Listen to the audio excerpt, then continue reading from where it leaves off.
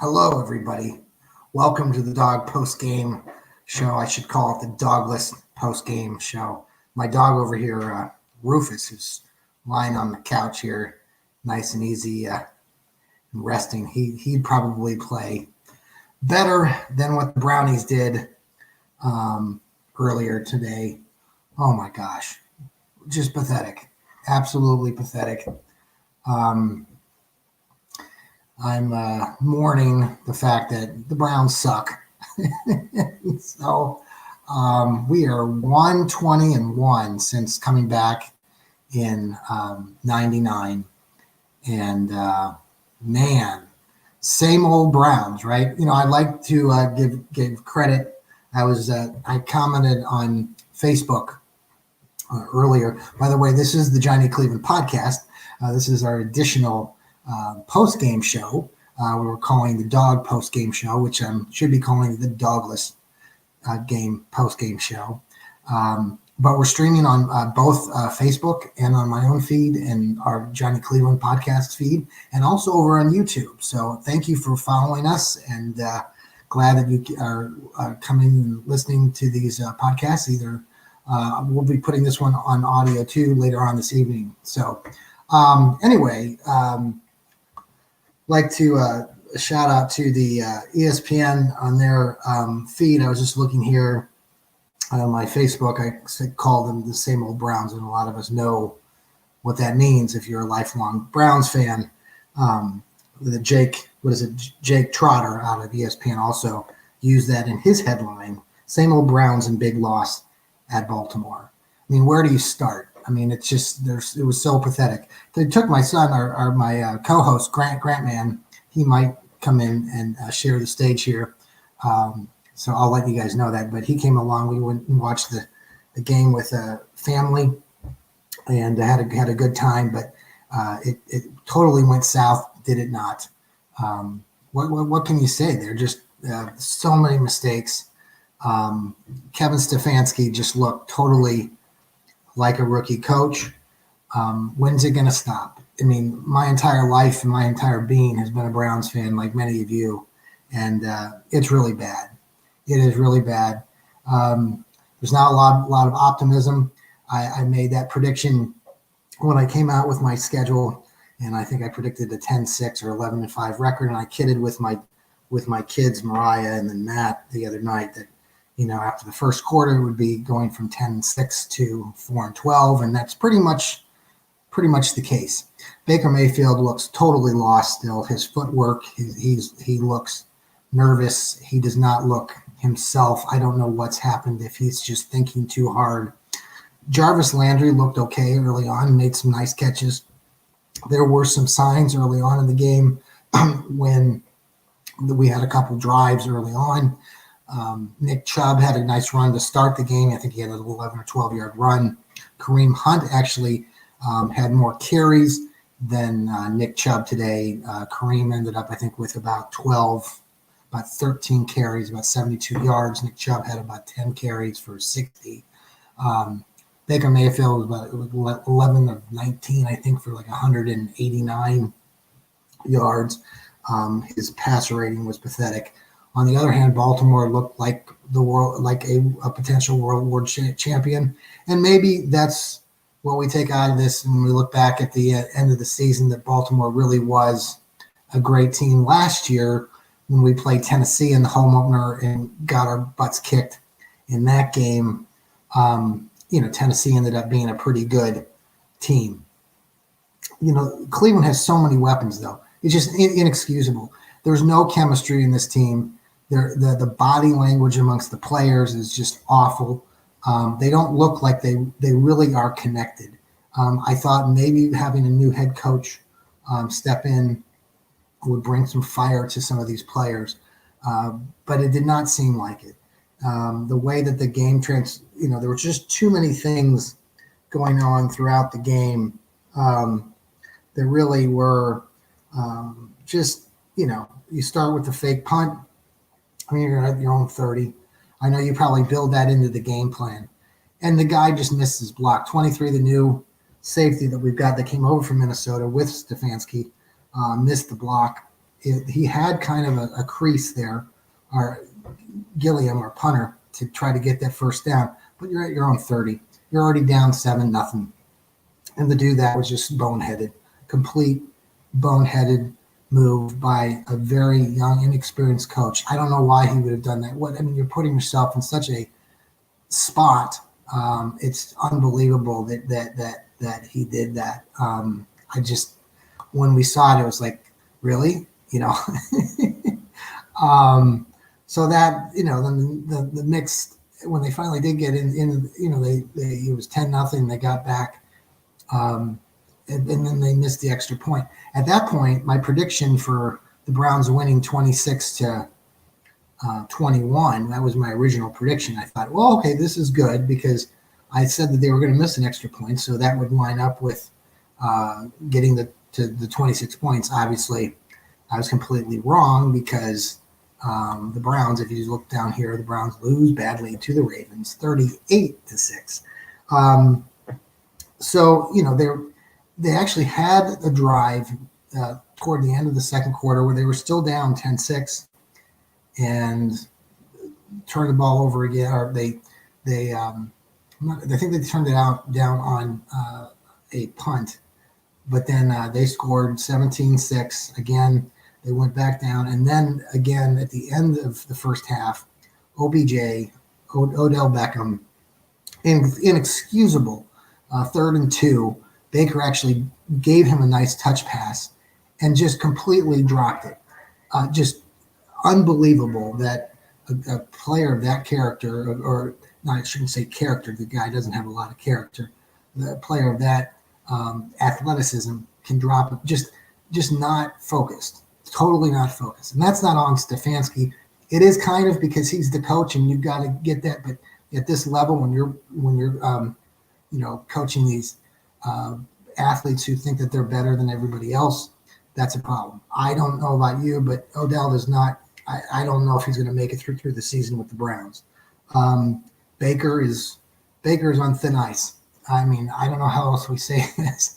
He's small. When I was talking to my cousin Brian today, we were watching the game together, and Brian and I had a short discussion about just, again, the idea that Baker Mayfield, and maybe us Browns fans just want to ignore that fact, but it's a huge deal. And if you watch him during the game and look at Baker's size compared to his offensive and these defensive linemen, it's ginormous difference. And Baker's got to find creases to throw the ball. He'll get his pass knocked down. And, I think that's playing into kind of this whole thing with Baker and his mental state and his footwork, and continue to look jittery today. I don't know if you guys watched it that closely, but he wasn't throwing it. He wasn't making up his mind. You could see him kind of running through his progressions. So I'm very worried about Baker. You got Case Keenum back there as a backup, and Stefanski feels comfortable with him since he played in Minnesota. And I would not be surprised if they lose if the Browns lose to Cincinnati on Thursday night, which is coming up. It's going to be on national TV. Joe Burrow, the new Joe Schmo, like Mariah likes to say, beat the Browns in Cleveland on Thursday night. I may give Baker maybe 2 more games, and at that point, if you go 0-4 to start the season, you got week 4 is the game down in Dallas against the Cowboys in Jerry's World. These silly commercials that Baker's putting out there again for progression or progressive is just adds to it. Speaking of Baker again, and I'm not. This is the loss today was not on Baker Mayfield. I know that was one of the questions. Some people, who are you most upset with? Who's to take the blame for the loss? Collectively, the entire team sucked. They're terrible. And at this point, but the one, I lost my train of thought there. They're just really bad. And so, there's just so many things that we can look at going through the entire game, Baker, you can blame him all you want. There are a lot of other things that, our defense was just absolutely Terrible. We did get the turnover early in the game where we kind of stopped the drive. But then, Baltimore comes back in the first half, or I think it was at the end of the first half where they had the 99-yard drive as well. So we'll see. It's not a good start for us Browns. We haven't won a game in 99, a home opener, well, one time in 2004. And so, by the way, if you're watching the show right now, I've added a few little things here. We've got our little icon up there in the corner, if you can see. If you'd like to comment on the show or make a comment about what's going on with the Browns game or what happened or what wasn't really happening because we were so lousy, you can send out those comments. I'll try to answer those and kind of go from there. But yeah, we'll see. Thursday, we've got the game on Thursday now, and we've got right now, just looking at the score, Cincinnati actually is winning early on out there in San Diego. Joe Schmo and the Cincinnati Bengals.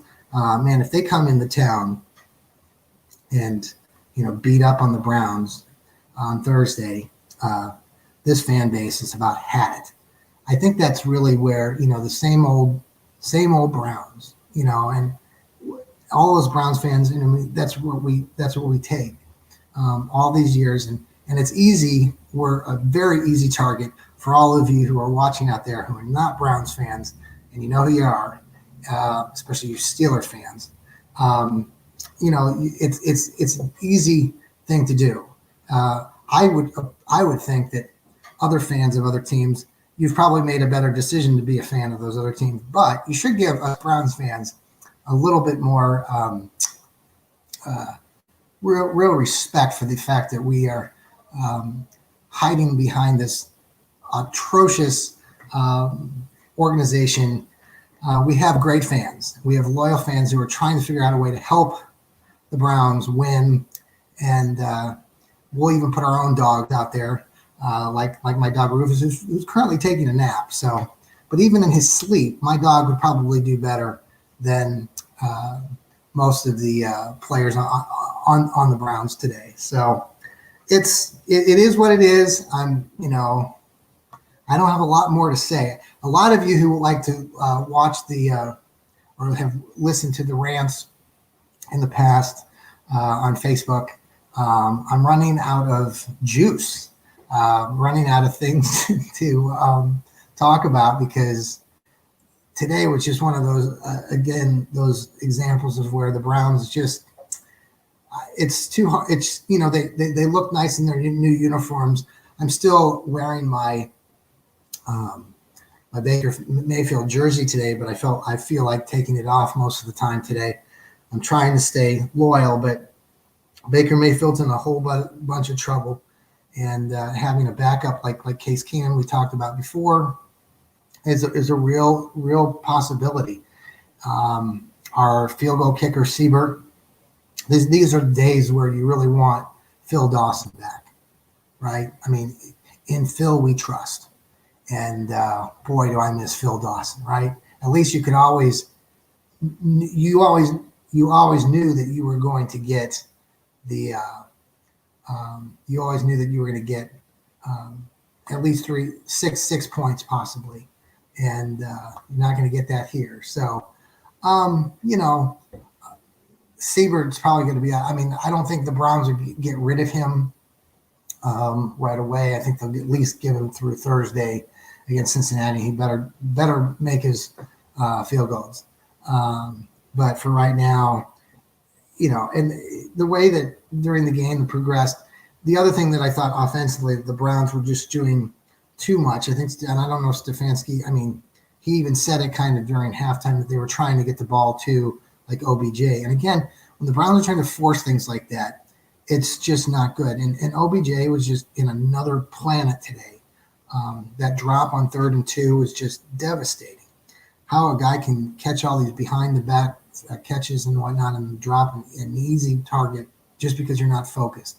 And he's getting paid a lot of money to do that. So, it surprised me too. I was happy with, I guess the only saving grace here is when you're looking at a running back tandem of Chubb and Hunt. I think that they're still going to continue to be a strong tandem. Chubb kind of started off good. He had two decent runs, one of 12 yards, I think one of like 25. And Kareem Hunt had several other runs too. But, at that point, you had to abandon the running game today because you're down 30 points. It just blows my mind. I know we don't have a preseason, but nobody had a preseason. And the Browns just look like they've been playing all these years. And, us fans are just sick and tired of it. We're absolutely sick and tired of the losses and just the way that the team doesn't seem connected to its fans. I mean, if you follow us fan bases and listen to, I know, we're not coaches, but it doesn't take a brain surgeon to figure out how to win. And for whatever reason, I don't know if it's a jinx, what it is, but Browns teams, especially this last 20 years, have just been awful for the most part. And I hope that Baker can figure things out. I just don't see it right now. He's overthrowing the ball. He's throwing the ball with too much zip. My cousin Brian and I were also talking about that earlier, that, the former stupid John Elway, who ruined my childhood, he also had a tendency to throw the ball really hard with a lot of zip, and a lot of coaches had to talk to him about how to not throw, a fastball every time and to kind of develop a touch on these passes. And Baker, that's what he's got to continue to get better at that, because every time he's firing it like too high, or oftentimes behind the player. His first interception tonight or this afternoon, again, was a zipped ball that was behind the receiver. It got tipped, and of course, Baltimore was right there to scoop it up. Always seems that way, right? So the way that this game, and I know that Baltimore talked going into the game that they didn't want to have a repeat of what happened when Cleveland came to Baltimore last year, and Nick Chubb had 3 touchdowns at 165 yards. Man, would have not enjoyed having that. By the way, again, if you want to send a comment to the show, we're on live right now, and I will get your comments. If you send me a comment, you have to send me one. And we'll try to answer those questions or comments while you're watching. So, again, you can email the show at jclevelandpod. You can see that right there in front of you. And the Browns did lose today, 38-6. We do call this the Dawg Postgame Show. And I am your host, John Suchan, and glad to have you on board and watching, and appreciate all the support. We've been really, I've been giving out the podcast, the audio versions of it every week. We could try to come on the air at least three times a week. And now with the football season, that's part of my reason for this, doing the post games show is really part of why I wanted to do this podcast, because I love Browns games. I love listening like the pregame, the postgame shows, and I thought I could contribute in that way and talking about the Browns. But today was one of those days where it just, we were really bad again, and there's not much you can talk about when your team is 1-20-1. That 2 years ago when they played the Steelers, that game, the Browns technically did not lose, but they did not win because they tied the Steelers in that overtime loss where both Pittsburgh and Cleveland had chances in overtime to win it. It was that dreary, awful September afternoon when it was like raining, just really bad. By the way, that was one of the things that was brought up on Facebook. Cousin of mine, Chris, mentioned, and I was actually the same time he mentioned it.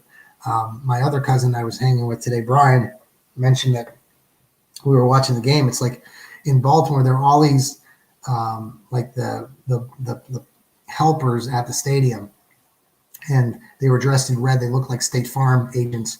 Why were they facing like out, like and not watching the game? But there weren't no fans in the stands. Were they monitoring the cardboard boxes or the cardboard fixtures of Baltimore fans? We weren't trying to figure that one out, what was going on there. So anyway, so just run down through a couple other early games too. there were, talking about teams that really stink. The Detroit Lions had a big lead again, and like they do traditionally, also they lost the late game against the Bears. And a kind of a surprise, I had my picks um, over. I'm pulling it up here right now. I had picked the Bills over the. I had picked the Bills over the Jets, and so that was a good pick.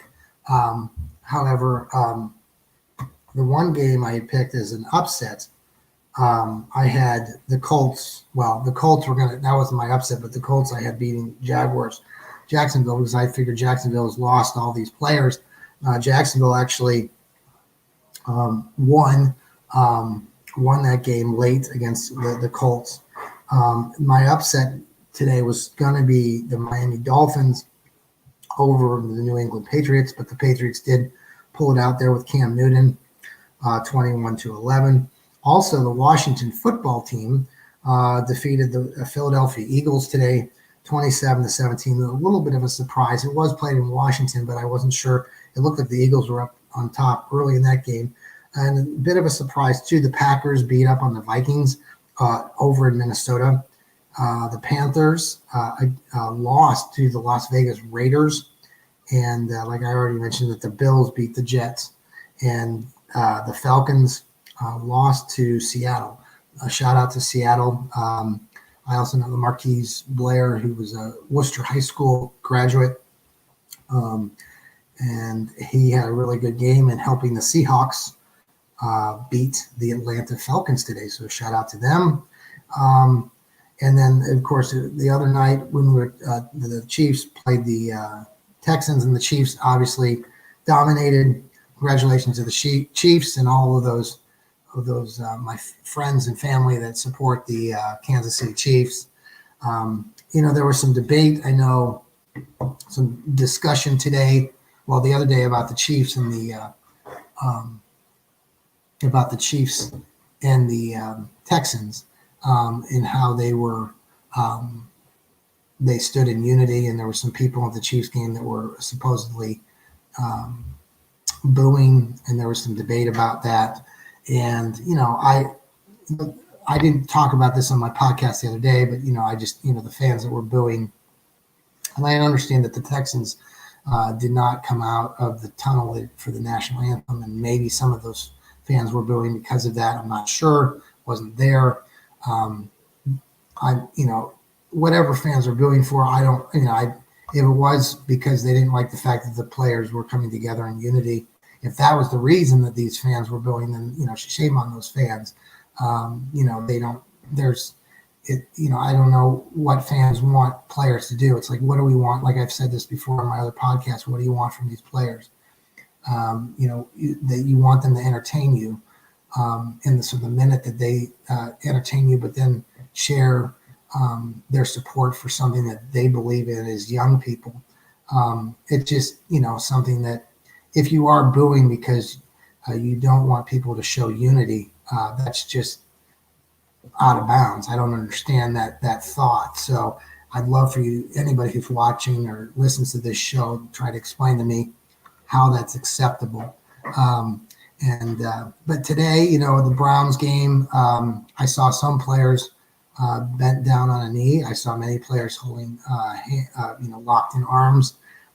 Baker Mayfield. That was the other thing I was going to mention about Baker, and it bothers me to a little bit of a degree, because he came out yesterday and tried to, say that he was going to stand for the pledge. I don't know why Baker had to come out with his own comment about him standing, unless I don't know who's giving him pressure about standing or kneeling. I know he's talked about it, but no one that I know in the press or something was saying, well, what's Baker going to do? I mean, we will just wait and see. But Baker came out with this whole statement yesterday prior to the games today, and saying that he was going to stand. That's great. But again, Baker's taking his attention away from the game of football. And I understand that platform a little bit, but that's where I get really concerned about Baker Mayfield and how much he really is thinking about playing football. And it's hard to think about doing your jobs and things like that. With all of us are dealing with lots of things right now. But it was just an interesting take. I don't know if anybody else looked at that in that way, but it certainly caught my eye. I know Baker's gotten a lot of attention over the last year. A lot of the players in the Browns, including Odell Beckham and some other players, for taking away from distracting, from doing things off the field that are taking them away from actually trying to be, a really good, connected, solid team. And that's really a major difference. And maybe that's the flaw that the Browns have had, and they haven't been able to fix that.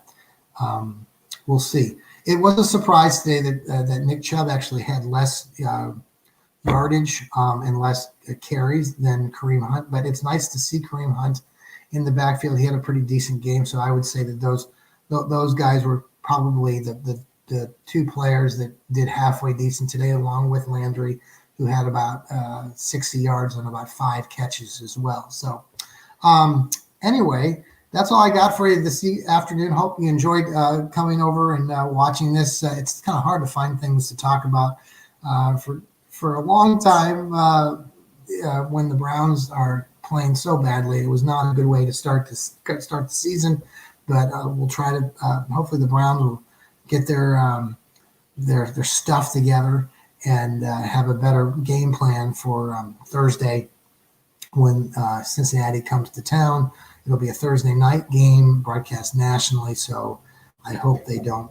It's Browns fans are tired of being embarrassed, and you're embarrassing the community.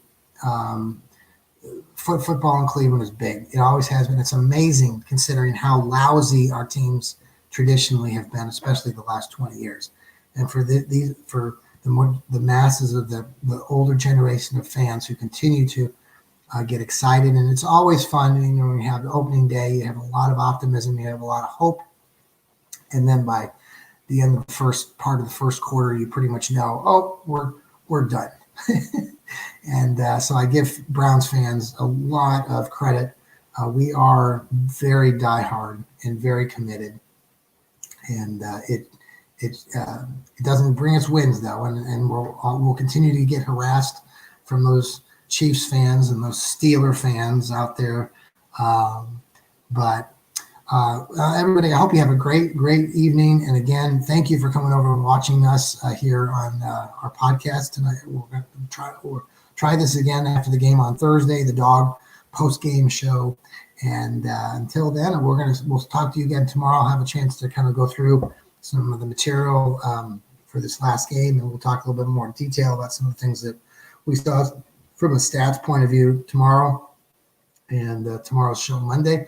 And then we'll do a preview of the Cincinnati Browns game on Wednesday. Hope to have Mariah and Matt back, and even my have son Alec up there in Holland of Hope College back too. He might be joining the show, and hopefully from some of these post-game shows I can get them on too, and we can have a nice little back and forth conversation about how good or bad the Browns are. Today was very bad, and probably one of the more I think last year the loss to Tennessee at home, when it was so hyped that they were going to win that game. I think there was more.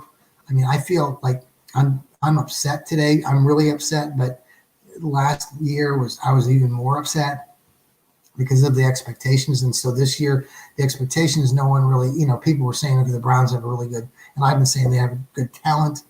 But having Stefanski and having the first game in Baltimore with no preseason, it doesn't shock me that they lost. Of course, I picked them to win, but we'll probably not be picking the games in the next few weeks the same way that I did optimistically earlier in the week. So, all right, folks, with that, thank you for watching and coming over and watching our post-game show here. And, we will come to you tomorrow evening again, Monday.